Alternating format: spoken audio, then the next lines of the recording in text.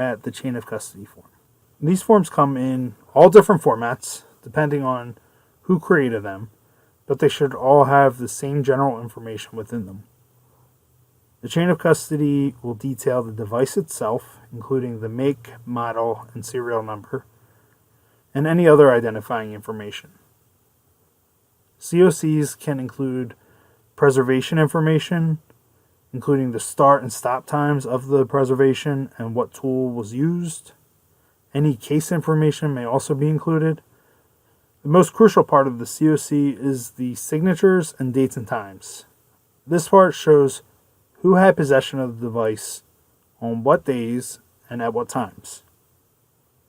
Anytime the device is transferred between parties or individuals during the process, there should be a transfer line added and signed. This includes the transfer of the device between individuals within the forensic stages, and when the device is stored in a secure location